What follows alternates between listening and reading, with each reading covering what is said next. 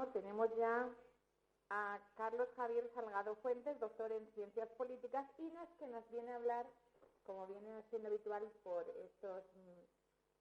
en estos momentos, en estas horas de la mañana, nos viene a hablar de historias de nuestros pueblos. Carlos, buenos días.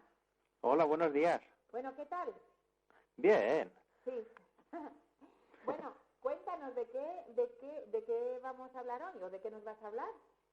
Pues hoy vamos a hablar de un documento histórico que regió parte de nuestra comarca, que es el Fuero de Barruecopardo. El Fuero de Barruecopardo. Sí. Bueno, pues cuando quieras, Estamos pendientes de que nos hables de ese foro. Bueno, pues primero tenemos que situar un poco mentalmente Barruecopardo, para el que no haya ido, porque bueno, hay gente de nuestra zona que a lo mejor no ha ido hacia esa zona concreta. Se sitúa al noroeste de Vitigudino, está a unos 20 kilómetros aproximadamente, un poquitín más, y bueno, se accede al mismo a través de la carretera de Guadramiro. Es decir, desde Vitigudino se coge carretera de Lumbrales y sale el desvío hacia Guadramiro y Barruecopardo. Se llega a Barrueco a través de, pues primero se cruza Guadramiro, después Encinasola, después Villas Buenas y ya llegamos a Barruecopardo. Está en una zona bastante bonita también en cuanto a entorno natural. Y bueno, el nombre coge precisamente de un accidente natural, por así llamarlo, su propio nombre. Su nombre viene de Barruecopardo o Berruecopardo. Y bueno, esto se debe a que el pueblo se sitúa a las faldas de un berrueco, es decir, de un promontorio natural de roca, granítica en este caso, que bueno, es el Teso del Castillo, que se llama. Y bueno, pues desde él se toman muy buenas vistas, se controla buena parte de la comarca y bueno, pues esa situación estratégica pues es la que seguramente llevase a configurar Barruecopardo como localidad y situarla en ese enclave concretamente. Ajá. Ya que he dicho Berrueco, pues constituye por sí mismo pues una especie de castillo roquero que se sitúa como digo, en un lugar estratégico y bueno, en el cual además se llegó a edificar, aparte del propio promontorio, se llegó a edificar en sí un castillo y que bueno, aunque a pesar de ello no quedan restos de edificaciones de dicho castillo, pero bueno, sí que las crónicas históricas hablan de un castillo de cierta índole situado en ese castillo roquero que por sí mismo es el enclave de este Berruecopardo que dio lugar a Barruecopardo. Y bueno, como digo, pues es un enclave estratégico dentro de la parte occidental de la Ramajería y también de acceso a la zona de la ribera, en cierto modo también hacia el paso luego también hacia la parte más occidental del Abadengo. Y bueno, pues esta localidad pues llegó a tener cierta importancia, sobre todo en la Edad Media y posteriormente también en la Edad Moderna con la Orden de Santiago. Y bueno, pues en este caso hablaré pues de lo que es el fuero en sí, que es un fuero no al uso de todos los que suele haber en la provincia, sino que es un fuero muy peculiar.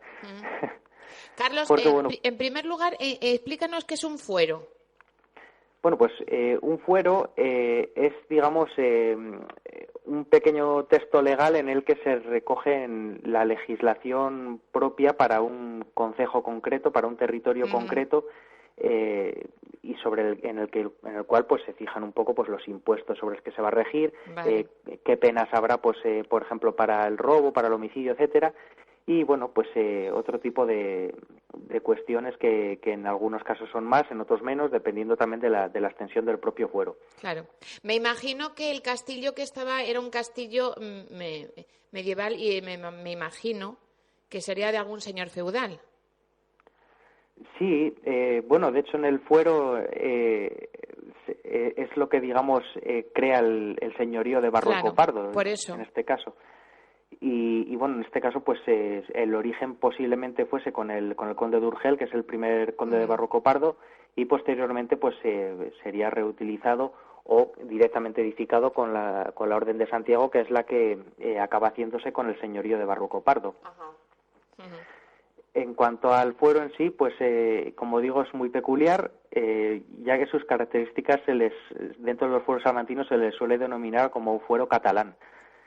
y bueno, se debe a que en realidad es una combinación leonesa-catalana jurídicamente, ya que por una parte deriva en algunas partes del fuero de Ledesma y por otro lado de la legislación del condado de Urgel.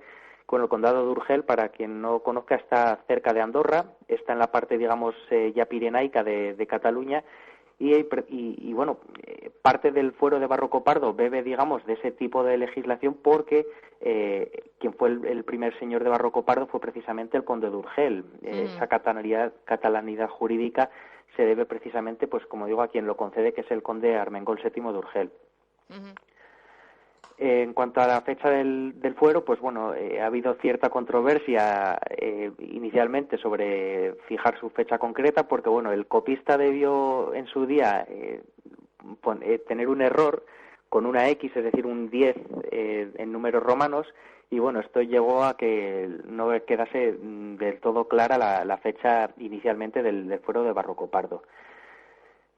Algunos autores inicialmente lo situaron en el año 1171, pero bueno, esto se demostró que sería imposible porque la cesión de Barroco Pardo al conde de Urgel no será hasta el año 1177, por lo tanto, al final se ha acabado, digamos, aclarando la cuestión, considerando que simplemente se debe a que al copista pues le bailó una X en la fecha, o sea, un 10 romano, y la fecha exacta se considera que es el 24 de mayo, pero de 1181.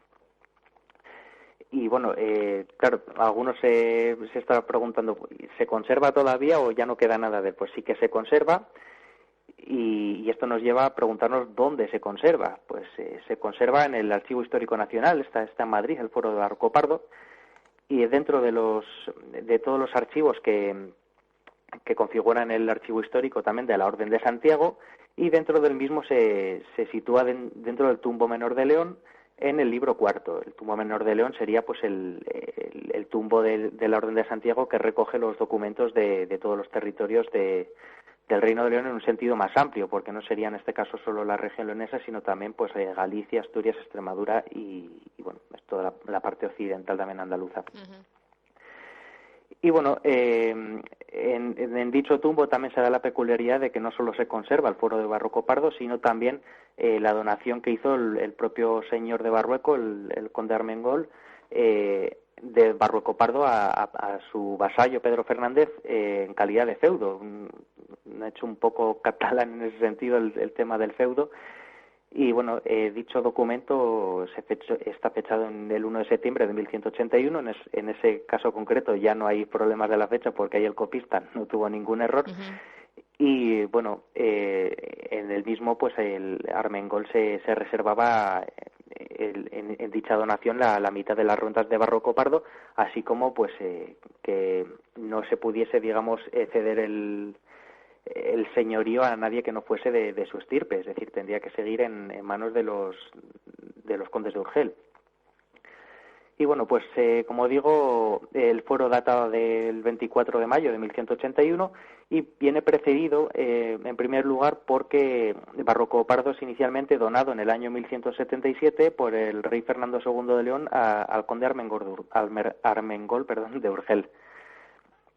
¿Qué era un señorío? ¿Qué es lo que se configura a través de dicho fuero? Bueno, pues digamos que el jefe de Estado, por así llamarlo, el rey, cedía el mando sobre un territorio a un señor concreto. Entonces los habitantes de ese concejo, de esa zona, le daban una parte de sus ingresos vía, digamos, impuestos, por así llamarlo más actual, sí, al señor concreto que le rigiese. A Carlos, su vez... Carlos, te quería comentar que ocurrió también en San Felices, en Hinojosa, en Sobradillo, allá donde había señores feudales, ahí existía también esto. Sí, de hecho en San Felices fue bastante conocido luego cuando se quisieron desprender, digamos, de la gestión de los duques de Alba, sí, que es lo que llaman el tema del feudal y tal, y sí, bueno, sí que tuvo bastante repercusión y en cierto modo pues alivió un poco a los vecinos, porque bueno, en la Alta Edad Media sí que es cierto que es la época del fuero de Barrueco, los señoríos tienen un rostro más humano, por así decirlo, y bueno, luego sí que es cierto que con el paso de los siglos en la Baja Edad Media y en la Edad Moderna la feudalización sí que se hace, digamos, más más dura para los vasallos que van perdiendo paulatinamente pues derechos en favor de una mayor es que es que los señores feudales en aquella época consiguieron mucho poder. Sí, y como digo, sobre todo a partir de la Baja Edad Media es cuando van tomando cada vez más poder, van ejerciendo cada vez más la justicia casi por su mano. Exacto. Y bueno, eso conlleva a que digamos el espíritu inicial con el que se crean los señoríos pues se va perdiendo. Y se va perdiendo también pues todas las bonificaciones que se tendrían pues por ejemplo en los fueros medievales. Pero luego yo me imagino, Carlos, que se perdió porque el rey, pensando que iban a tener mucho más poder, le fue quitando, ¿no? A los señores feudales. El rey, digamos, que le iba dando mercedes a la nobleza para tenerlos de su lado en la corte, y todo ello, claro, fue haciendo en detrimento de los vasallos en este caso. Y todo ello pues se conllevó, digamos, una espiral de cada vez menos derechos de los vasallos y cada vez más derechos o más aplomo en la autoridad por parte de los nobles en este caso. De los feudales, sí. Sí, ya digo que bueno, en la Alta Edad Media no es realmente tan así porque el rey tenía mucho más poder. Además, en este caso, pues por ejemplo, en el Reino de León estaba era digamos el reino quizá más garantista jurídicamente de España, porque si tu señor cometía abusos contra ti y no estabas de acuerdo, pues, se podía apelar al Tribunal del Libro, que se llamaba, que bueno, era una especie de tribunal supremo que había en la época, ya digo, en la corona leonesa, que es una figura un poco peculiar en ese sentido, porque bueno, sí que en ese sentido le llaman el Tribunal del Libro porque se basaba en el libro, en el Liber Iudicorum, en el fuero juzgo, que es, digamos, el que ejercía un poco como protoconstitución, digámoslo así, de dicha corona. Y bueno, en cuanto al señorío en sí, pues bueno, vuelvo un poco sobre ello. El señor no solo recibía, digamos, los ingresos, sino que a cambio también pues tenía la obligación de proteger el propio territorio del señorío, así como a quienes vivían en él. O sea que también, digamos, que tenía una contrapartida, era en cierto modo un pago por estar protegido militarmente, que era una obligación que debía cubrir en ese caso el señor. Y bueno, estamos hablando en este caso en un contexto de época de reconquista, entonces aquí sí que tiene bastante relevancia, digamos, este hecho, cosa que a lo mejor en épocas posteriores no tanto, porque no hay ya, digamos, guerras internas, no hay una guerra con Portugal a lo mejor, o una situación tensa con Portugal, o hacia el sur con los musulmanes, o hacia el este con Castilla, como llegó a haber en la época de Fernando II. Entonces, bueno, digamos que el fuero de Barroco, por ejemplo, nace en ese contexto y sí que tiene cierto aroma a fronterizo, a guerrero también. Y bueno, el señor en este caso pues también decretaba, como digo, unas normas por las que se regiría el señorío, que sería en este caso el fuero, y que evidentemente pues debían cumplir los vasallos que se situasen en el mismo. Luego, claro, hemos hablado de Armengol de Urgel, nos tenemos que preguntar un poco, digamos, hacer una pequeña radiografía biográfica de quién era concretamente. Bueno, como digo, era originario de la comarca de Urgel, una comarca que está en el noroeste de Cataluña, en torno a la Seu d'Urgel, el que conozca un poco la zona, ya digo, cerca de Andorra. Y bueno, este Armengol heredó el condado de Urgel en el año 1154, y era descendiente de Wilfredo el Belloso, que era, digamos, el padre, entrecomillado, de la Casa Condal de Barcelona. Es un poco de donde viene todo. Es también a quien se le atribuye, digamos, las 4 barras del escudo, tanto de la Corona de Aragón como del Condado de Barcelona. Se supone que él los hizo con su sangre y tal, le puso así con los 4 dedos, quitando el gordo, digamos, en un lienzo, y eso se quedó como como escudo, digamos, porque bueno, lo hizo supuestamente sobre un escudo, dice la leyenda, vamos luego a saber si es verdad, sobre un escudo dorado hizo eso y bueno, se quedó así el escudo que hoy tienen pues tanto tanto Aragón como Cataluña, como Baleares, como Valencia, todos los territorios pertenecientes a la antigua corona de Aragón. Y bueno, pues este Armengol d'Urgell se casó en el año 1157 con Dulce de Foix. Foix es una ciudad ya casi fronteriza con España, en el sur de Francia. Y bueno, pues esta Dulce era hija del conde Roger III de Foix, así como de Jimena de Osona o de Barcelona, que era a su vez hija del conde de Barcelona, Ramón Berenguer III. Bueno, ahora hablaré también de esas relaciones buenas que tuvo, digamos, con los condes de Barcelona, también el condado de Urgell. Armengol tuvo un hijo con Dulce, que era Armengol, también se llamó igual, vamos, muy original él, nacido en el año 1158, y bueno, fue quien heredaría posteriormente el condado de Urgell. Asimismo también tuvo una hija, que bueno, él se le llama tanto marquesa como Miracle, no se sabe muy bien al final cómo se le tiene que llamar, porque dependiendo de una crónica u otra, le llama de una manera u otra. Y bueno, se casó con el vizconde Ponce III de Cabrera en el año 1194, que bueno, digamos los Cabrera en ese caso también son un linaje un tanto peculiar, porque los Cabrera y los Urgell son los dos linajes que desembarcan en la curia leonesa. Entonces, bueno, llama un poco la atención y nos lleva también a preguntarnos por qué acabó Armengol en León. Y es que, a pesar de su título condal y su origen, la mayor parte de su actividad la desarrolló en el Reino de León. Entonces, bueno, llama bastante la atención porque él siguió siendo conde de Urgell, pero la mayor parte al final de su actividad la desarrolló por estos lares. Y bueno, hay que decir que por ejemplo, Fernando II, el rey que cede, digamos, a Armengol Barroco Pardo, era hijo del rey Alfonso VII de León y de Berenguela de Barcelona. Entonces, por aquí ya vemos una cierta conexión hacia Barcelona desde el Reino de León. Dicha Berenguela de Barcelona era hija del conde de Barcelona, Ramón Berenguer III, y bueno, aquí es donde, digamos, enlazamos con la estrecha relación que tenían los condes de Urgell con los condes de Barcelona. Y esto, al final, acabó haciéndose extensivo también a los reyes de León, tras el matrimonio de Alfonso VII y de Berenguela de Barcelona. Y bueno, pues en este sentido, el padre de Armengol, el de Barrueco, por así decirlo, su padre, Armengol VI de Urgell, fue mayordomo mayor ya del rey Alfonso VII de León, o sea, del padre de Fernando II, en el año 1146, y Armengol acabó siendo el educador de Fernando II en su minoría de edad, lo que, bueno, pues conllevó que entablasen amistad. Entonces vemos ahí un poco unas conexiones, por una parte los condes de Urgell con los condes de Barcelona, y por el otro lado una relación de los condes de Barcelona con los reyes de León, que acaba desembocando en una relación directa ya de los condes de Urgell con la monarquía leonesa, que acaba desembocando en que el conde de Urgell acabe siendo, por ejemplo, en este caso, el señor de Barroco Pardo.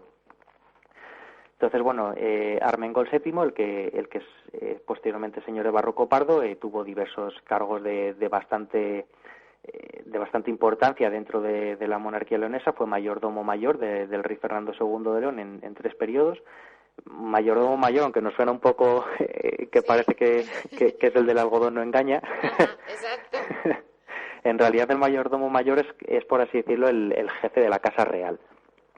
Entonces, bueno, era un cargo de bastante importancia, lo fue en 3 periodos, lo fue primero de 1167 a 1173, luego en 1175 volvió a serlo, y luego en 1179 hasta 1184, que es cuando fallece el propio Armengol.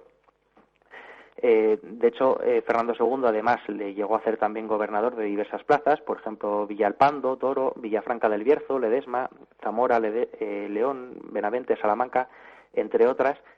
Y como ayudó precisamente a Fernando II en la toma de Alcántara, ya en lo que es actualmente la provincia de Cáceres, Fernando II le llegó a nombrar señor de Extremadura y le elevó a mayordomo real precisamente en 1167, derivado de ese hecho.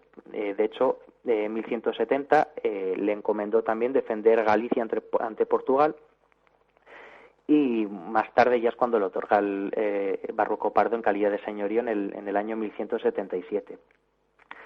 Respecto a la toma de Alcántara, sí que apuntar que aunque Fernando II llegó a tomar Alcántara e integrarla inicialmente en el Reino de León, posteriormente los musulmanes la recuperarían y no es hasta Alfonso IX, en torno al año 1214, cuando Alcántara pasa a integrarse definitivamente ya en el Reino de León, y luego ya pues posteriormente eso deriva en que forme parte del actual Cáceres y de la actual Extremadura. Ajá.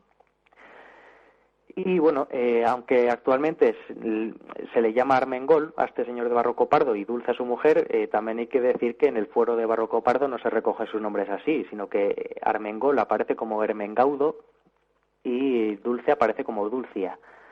Además tiene la peculiaridad de que él se presenta como conde de Urgel, pero ella se presenta no solo como su mujer, sino también como condesa de Urgel, y se cita también a su propio hijo Armengol. O sea, en este caso, pues en latín se dice ego Ermengaudus, gratia de Urgelensis comes, et usor mea dulcia, eadem gratiam Urgelensis comitisa, es decir, yo, Armengol, por la gracia de Dios, conde de Urgel, y mi mujer Dulce, por la misma gracia, condesa de Urgel. Y luego pues sigue cum filio nostro Ermengaudo, es decir, con nuestro hijo Armengol, que traducimos a día de hoy Ermengaudo.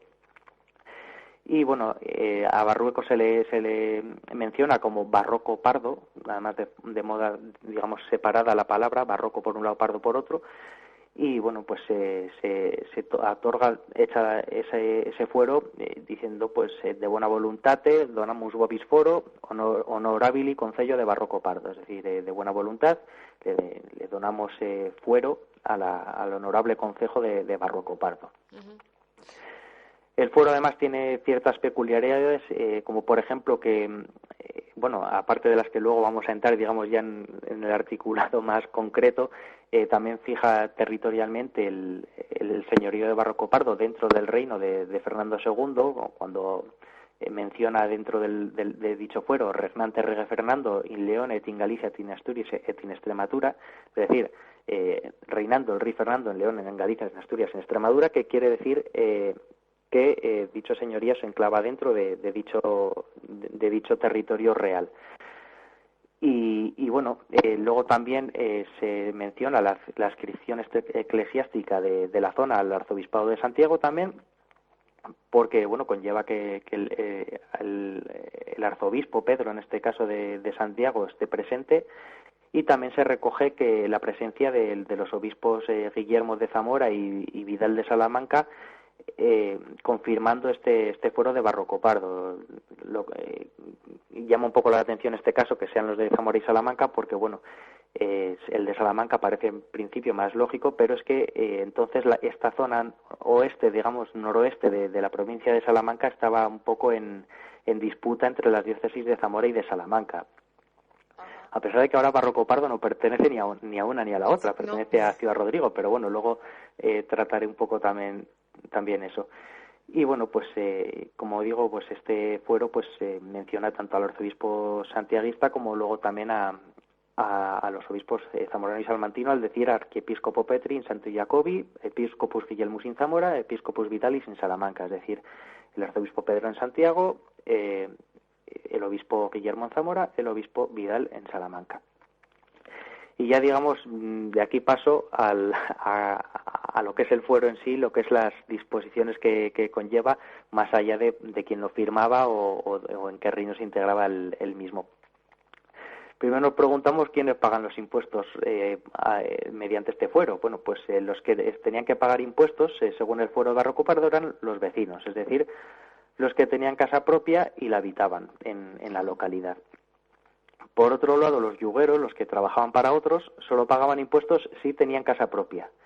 Es decir, los que vivían en casa del amo estaban exentos de pagar impuestos. Y además se imponía al amo la obligación de proteger a cuantos vivían bajo su techo, fuesen o no familiares suyos. Es decir, si trabajaban para él, aunque no fuesen familiares suyos, el amo debía protegerlos también. Luego los impuestos que se fijan son un impuesto fijo de un caíz de pan para quien tenga más de 10 maravedís, es decir, a quien tenga las rentas más altas, se le impone un caíz de pan, que bueno, un caíz es una medida que sería en torno a unas 12 fanegas aproximadamente, es una medida de capacidad, y bueno, en este caso se hizo un caíz de pan pero tiene que estar compuesto por 1/3 de trigo, 1/3 de cebada y 1/3 de centeno. Es decir, si hablamos que son unas 12 fanegas, pues unas 4 fanegas de trigo, unas 4 de cebada y unas 4 de centeno, al año sería en este caso. Y bueno, para los que tuviesen menos de 10 maravedís, es decir, para los que las rentas, digamos, bajas de la localidad, no se fijaba un impuesto concreto, sino que se dejaba en manos de los hombres buenos, es decir, de los representantes del concejo, que serían los que fijarían la cantidad a pagar, que evidentemente tendría que ser más baja que la que se imponía para las rentas más altas de la localidad. Bueno, eso estaba Luego bien. También sí. No, que te decía que por lo menos se miraba un poquito no por los más necesitados, por los más pobres. Sí, además tenía que ser, digamos, además el concejo el que lo fijase, y bueno, en este caso el concejo pues lo formaban todos los residentes en la localidad. Es decir, todos los pobres ahí tenían voz, digamos, en ese concejo abierto que sería Barroco Pardo entonces. Era criterio prácticamente del pueblo, ¿no? Sí, era un poco pues lo que el pueblo quise decidir que se pagase. Evidentemente tampoco sería en plan vamos a ir de gratis, porque algo sí que tendrían que pagar sí o sí, pero bueno, se dejaba un poco a criterio del concejo de esos hombres buenos que se llamaba, que eran los representantes del concejo. Y luego también sí que se debía pagar, por ejemplo, un carnero que se decía de cuarta de moravetino, es decir, que valiese 1/4 de maravedí al año también al señor. El señor, a cambio, evidentemente, pues les tenía que proporcionar la protección que comentaba antes. Y bueno, dicho carnero, lo que se fija es que valga al menos 1/4 de maravedí, por aquello de que claro, que no sea un cancín, ¿sabes? Que, sí. O sea, que tiene que ser un carnero sí, bueno. Un carnero, sí. Luego, por otro lado, hay un impuesto de la época que se llamaban las osas, que era la cantidad que debían pagar en otros lugares las mujeres por casarse en segundas nupcias, y en este caso en Barroco Pardo, a través de su fuero, a las mujeres se les libraba de este impuesto. Es decir, las mujeres barroqueñas no tenían que pagar osas. Luego, por otro lado, también había otro impuesto en la época que se llamaba la luctuosa, que era pues el pago que se solía dar al señor cuando moría un vasallo, y se le daba un poco a modo de compensación pues por la pérdida de la mano de obra, porque era una persona menos que trabajaba, digamos. Para él, ¿no? Claro, entonces se le daba o bien dinero o bien parte de los bienes del que fallecía. Pero bueno, en este caso, en el fuero de Barroco Pardo, se libraba también a los vecinos de pagar la luctuosa, y quedaban libres también de ese impuesto, con una única excepción: si el que moría era un caballero sin hijos, o si solo tenía hijas y al morir dejaba caballos y armas, que en ese caso el caballo y las armas pasarían a ser del conde de Urgel. Y bueno, luego, por ejemplo, había también otro impuesto en la época, que era el conocido como la mañería, que era la cantidad que pagaban los vasallos al señor por no tener hijos. Es decir, si tú no tenías hijos, claro, estos fueros son fueros también que quieren incitar, digamos, la repoblación de la zona, de que se genere cada vez más población en el entorno, para que también se pueda defender mejor el territorio. Entonces, bueno, existía este impuesto de la mañería, que era, ya digo, lo que se tenía que pagar los matrimonios que no tuviesen hijos. En el caso de Barroco Pardo se fijaba que la mañería solo se pagaría si después de 5 años de matrimonio no se tenía descendencia. O sea que se pagaba se pagaba tenía un poco una moratoria de 5 años para tener hijos una vez que te casabas. ¡Qué bueno!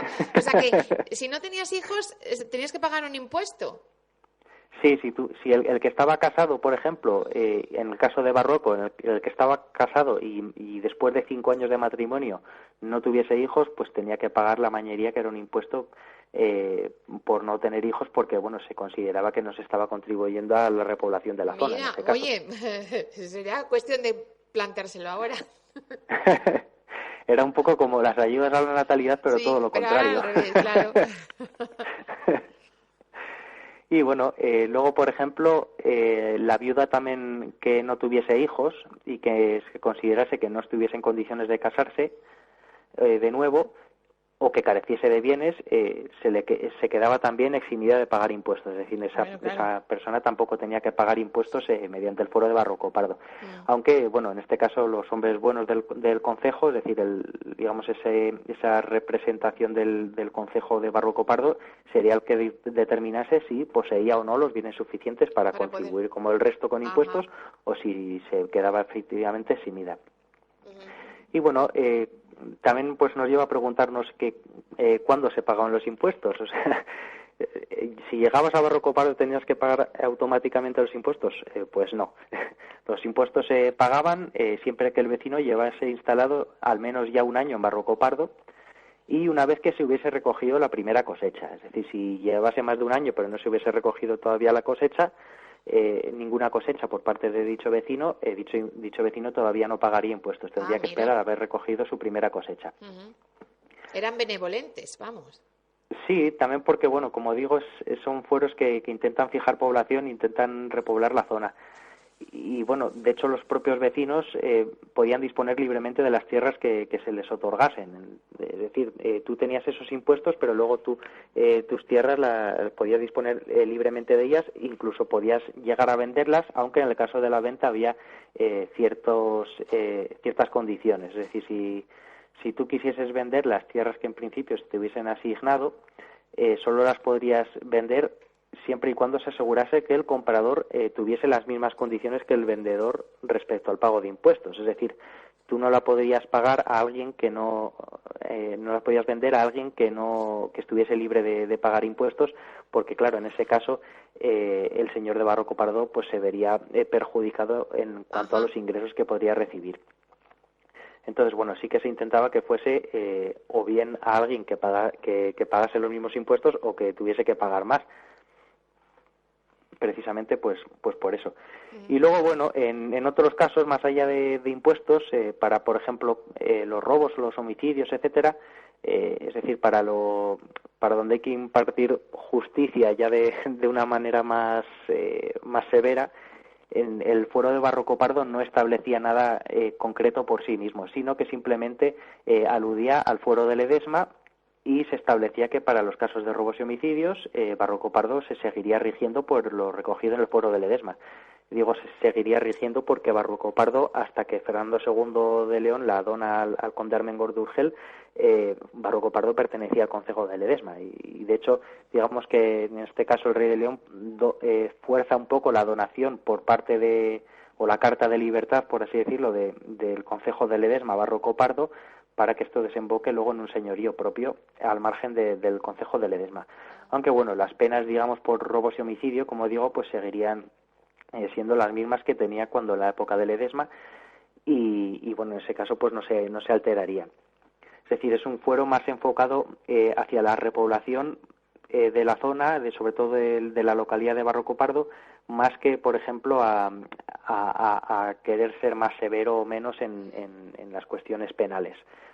Y bueno, pues esto también nos lleva a preguntarnos qué penas imponía el fuero de Ledesma para este tipo de actos delictivos. Bueno, pues en primer lugar, para el robo, hay que decir que el fuero de Ledesma fijaba la confiscación de los bienes del ladrón, y así como su expulsión del territorio del concejo, considerándole traidor y alevoso.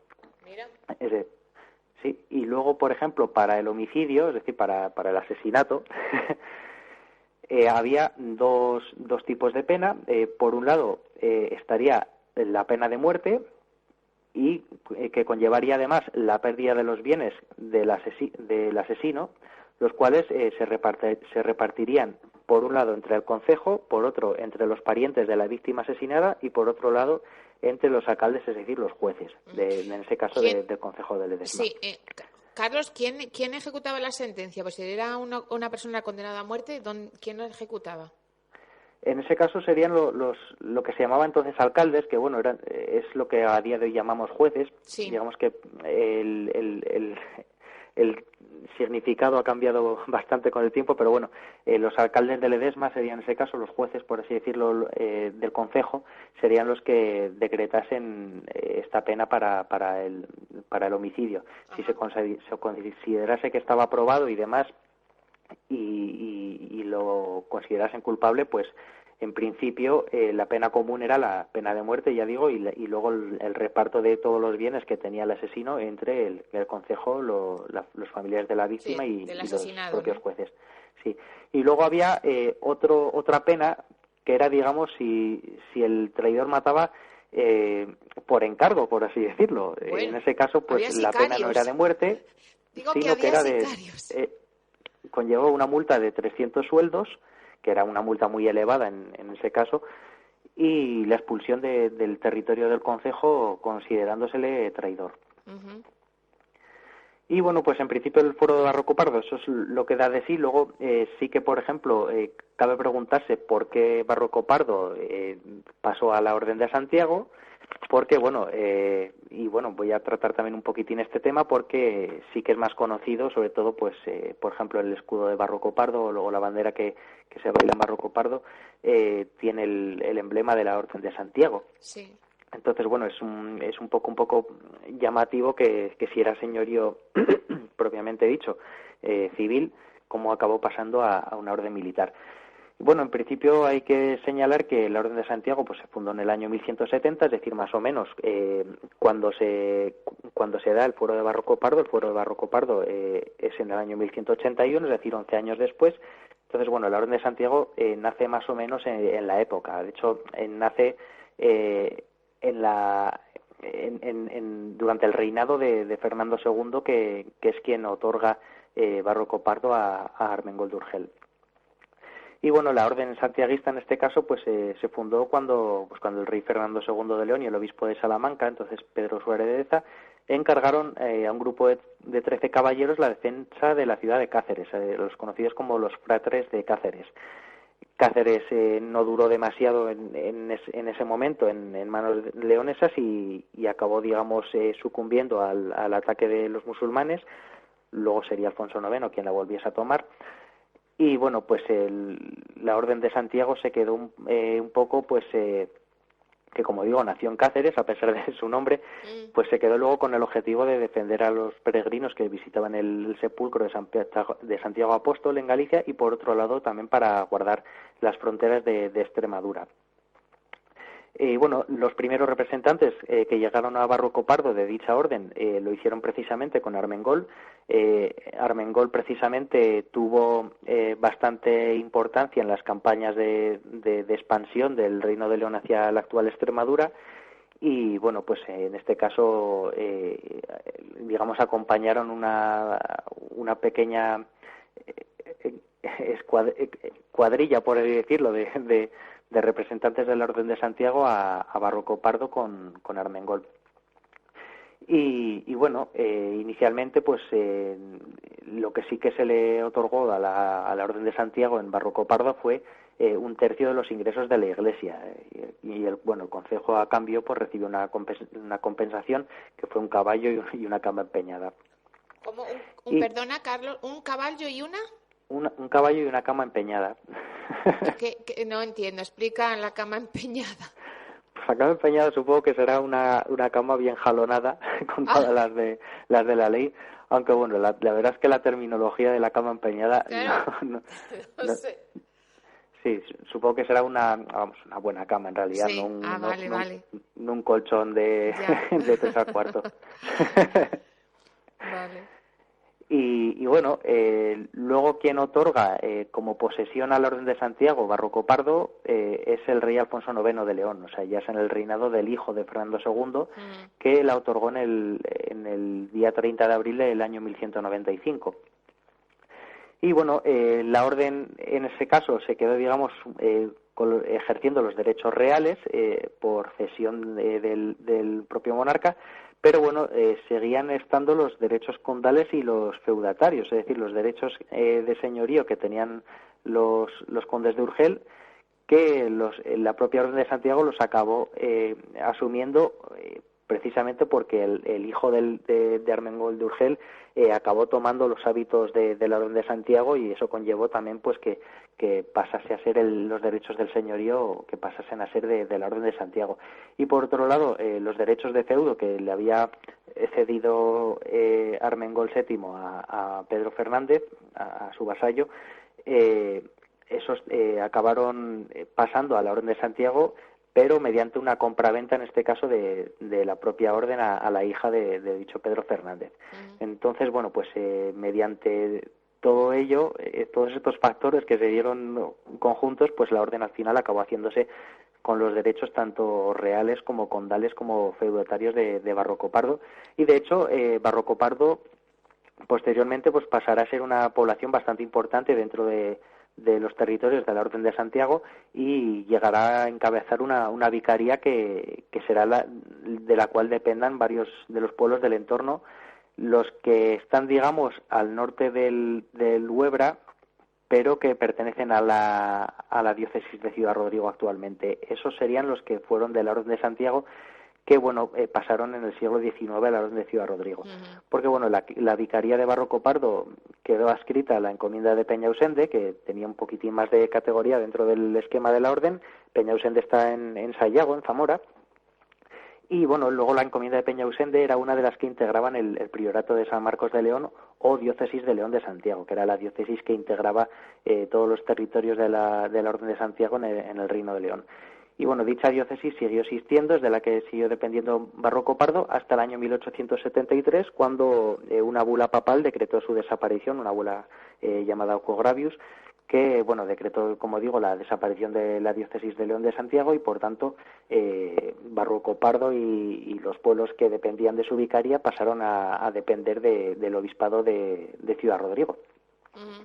Y bueno, pues eso en principio es lo que te puedo comentar de Barroco Pardo, porque así ya llegamos un poco a la actualidad en la que ya pertenece a la diócesis de Ciudad Rodrigo. Es verdad. Y bueno, es que lo que no se entiende es que sea partido judicial dependa de Vitigudino, de Salamanca, y luego en la diócesis, en lo religioso, a Ciudad Rodrigo, que por aquí hay bastantes.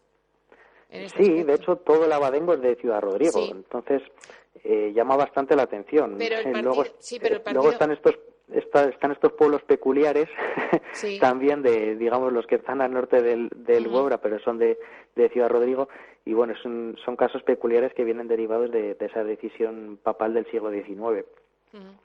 Entonces, bueno, digamos que hay casos bastante llamativos. Yo creo que Barroco Pardo en este sentido llama bastante la atención también, pues ese hecho. Y bueno, pues yo creo que la verdad es que la trayectoria histórica de Barroco Pardo es bastante llamativa porque, bueno, ha tenido un poco de todo, señorío más de corte civil, pasando luego por un señorío más de corte eclesiástico, el paso, digamos, de estar en disputa entre las diócesis de Zamora y de Salamanca inicialmente a acabar desembocando a través de la de León de Santiago en la de Ciudad Rodrigo. Entonces, bueno, hay un poco de todo, la verdad. Ha ido y ha venido unas cuantas veces, ¿no? Dando tumbos. Sí. Era curioso, sí, es cierto, sí. Pero bueno, por aquí sabemos que hay bastantes municipios que pertenecían a la Orden de Santiago, que pertenecían a Ledesma y luego después ya a Santiago de Compostela. Sí. De hecho, por ejemplo, por un lado estaría la Orden de Santiago, por otro la Archidiócesis de Santiago, que bueno, digamos que las sedes estarían en Santiago en los dos casos, pero al final es diferente. La Orden de Santiago es la que nace en Cáceres, aunque acaba tomando el nombre de Santiago. Y hay pueblos que pertenecieron a la Orden de Santiago y hay pueblos que fueron señorío eclesiástico del arzobispo de Santiago de Compostela. Y luego, por otro lado, toda la comarca, durante la mayor parte, digamos, de su historia eclesiástica, llamémoslo de esa forma, ha formado parte de la Archidiócesis de Santiago de Compostela dentro de otras diócesis, o sea, no como señorío, pero sí que hay que decir que, por ejemplo, tanto la diócesis de Salamanca como la de Ciudad Rodrigo, hasta el siglo XIX pertenecían a la Archidiócesis de Santiago de Compostela. Luego, en el siglo XIX, se crea la Archidiócesis de Valladolid y se les hace pasar a depender de Valladolid.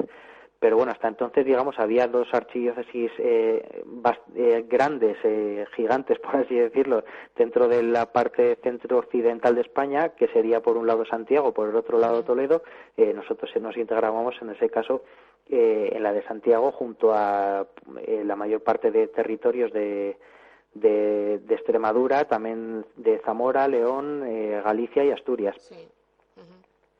Bueno, pues muy bien. Oye, nos has hablado del foro de Barroco Pardo, increíble, porque yo lo desconocía por completo. Bueno, no soy historiadora como eres tú, claro, lógicamente. Pero que en aquella época Barroco fue un pueblo importante. Sí, llegó a tener bastante importancia y además, bueno, el foro, ya digo, es muy peculiar y luego, pues también, digamos, conocer un poco lo que recoge, pues también ayuda a intentar poner un poco luz y taquígrafos por cómo sería un poco el Barroco Pardo de aquella época y también un poco a tumbar, en cierto modo, el mito de que la Edad Media era una época tan oscura como a veces se nos pinta, porque, bueno, hay cosas que también se ha extendido, digamos, el bulo en ocasiones, arrastrado el bulo desde la Baja Edad Media, que sí que es quizá una época más oscura en cuanto a derechos de los vasallos, pero, bueno, en otros casos directamente pues hay mucho bulo que no es verdad. Por ejemplo, aquí no ha habido nunca derecho de pernada, que es quizá el prototipo que se quiere muchas veces mencionar de la Edad Media. Aquí no lo ha habido nunca. Entonces, bueno, yo creo que ayuda un poco también a ver un poco cómo era Barroco Pardo, en este caso, la zona nuestra en la época, y ver también pues cómo eran los impuestos en aquella época, cómo eran las penas que había por los delitos, y bueno, pues ver un poco cómo era entonces y bueno, pues cómo a lo mejor ha evolucionado, un poco todo así. Bueno, pues nada, gracias, Carlos. Te espero la próxima semana. Muy bien, perfecto. Bueno, nos veremos la semana que viene. Vale, venga, un saludo. Venga, un abrazo. Hasta luego. Hasta luego.